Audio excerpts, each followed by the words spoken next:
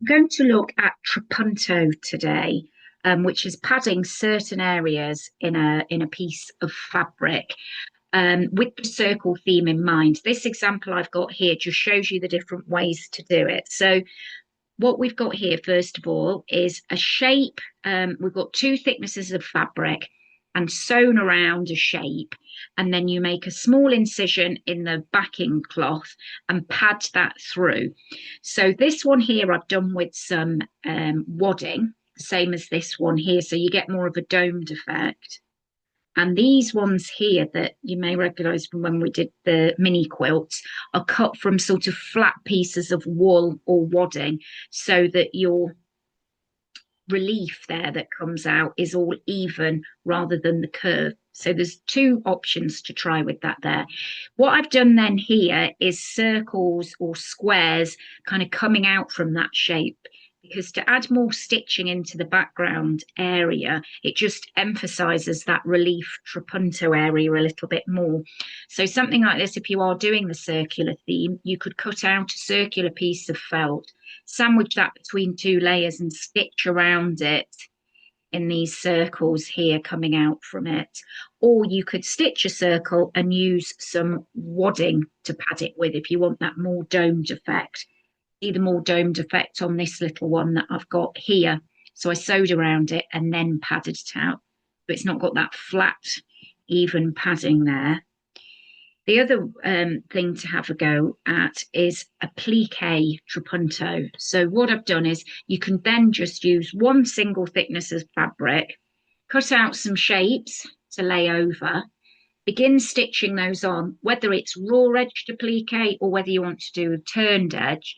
And before you completely sew the shape down, you'll add your padding into that. So that's if you want to sort of, rather than have it sort of tone on tone, you want to add sort of some colour there with your applique. So that's another option to try there. And then the other option, which you might see in more sort of historical examples of trapunto here, is when a cord is sort of laid in to the repeated stitching. So here, I've done some lines, or even you can go quite sort of intricate and do sort of a swirl type shape. And then what you can do is add in sort of cord, or I've used quite a few ends here of tapestry wool to then use with a thicker needle to thread those into the back there. So on the back of here, I've got sort of regular intervals where I would put the cording through, pull it out, and then manipulate it round the shape. So I can show you how to do that as well. So that can be padded afterwards, or if you're careful and sort of sandwich a thick cord beforehand, you can stitch with it already sandwiched in place. And then here we just had a little look at Ruth Singer's examples of her trapunto. If you wanted to, you can then also add stitching to dimple the trapunto if you want to.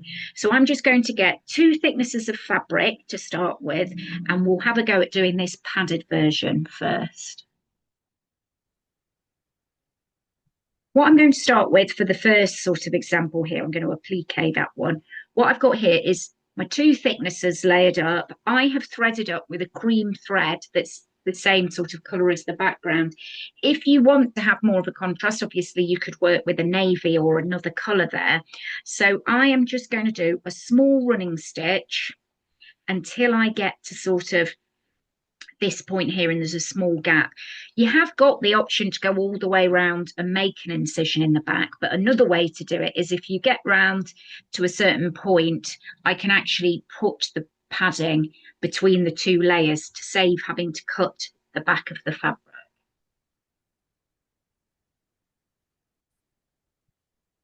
So I've nearly got back to the beginning there, so I can take a small amount of my wadding, open up between the two layers, and then sort of push that in. So I can use a blunt end of a tool to push in there.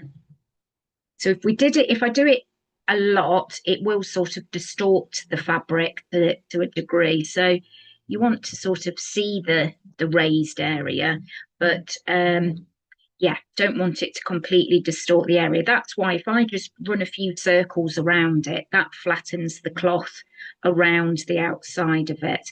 So that's our first way there of doing the trapunto, of using some wadding on the inside. So I'll close that up and just do another circle around the outside, and then we'll have a go at cutting a shape to out of felt to pad behind it.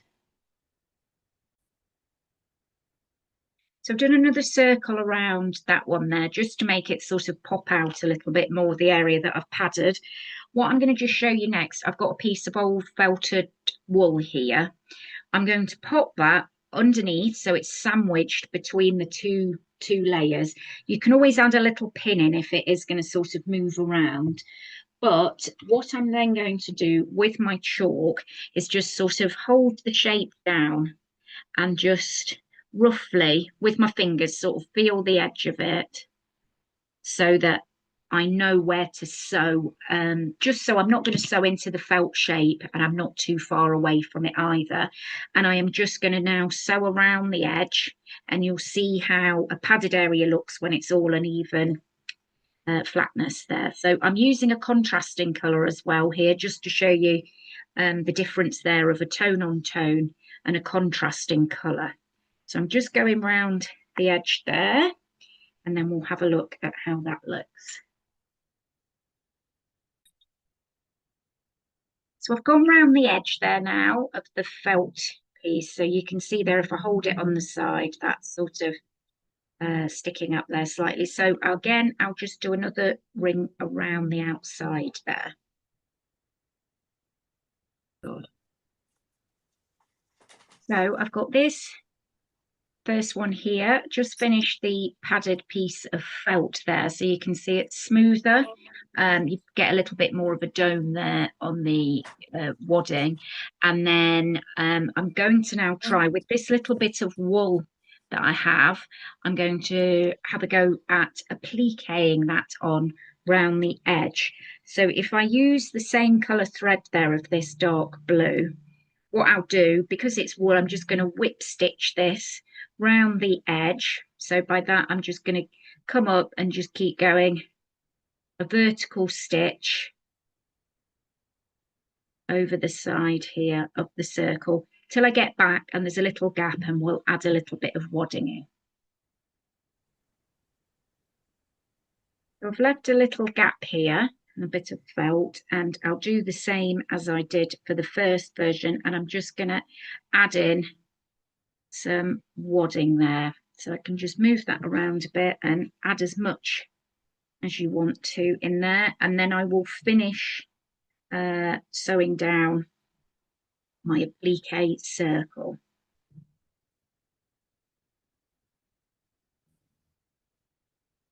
So I've finished that third one there. So we've got the padded applique, we've got the felt, and we've got the wadding there, of 3 ways to do trapunto. So the last way I'm going to show you with the trapunto is using some cord to create that padded area. So I've got some cord here, and I'm going to sandwich that between 2 layers here. So if I just sort of crease that over the top, I can almost then see the lines where I want to sew. What you can do is, if it helps down each side in a few places, you can always tack if you want to as well. But with it being cord, we're sort of not going to have as much the problem of stitching through like we could have done with the felt padding. So you can see there, that's fairly easy to see where I've got to sew. So I'm just doing a slight wave pattern there to have a go with, and then I could try sort of doing a circle with the cord as well. But I've creased that there. I'm going to go again with the tone on tone with this cream thread. So I'll run up one side of it. Just be careful with your hands on the pins. So I'll run up one side and then I'll create a channel down the other side. You can, if you want to, when there's more complex shapes, you can thread the cord in with a bodkin at all with a large eye after you've sewn. But that might work better if you're using tapestry wool. With this thick cord, this should be probably the best way to do it. I've gone along that top line there now, so I'm just going to come back along the other side of the cord there.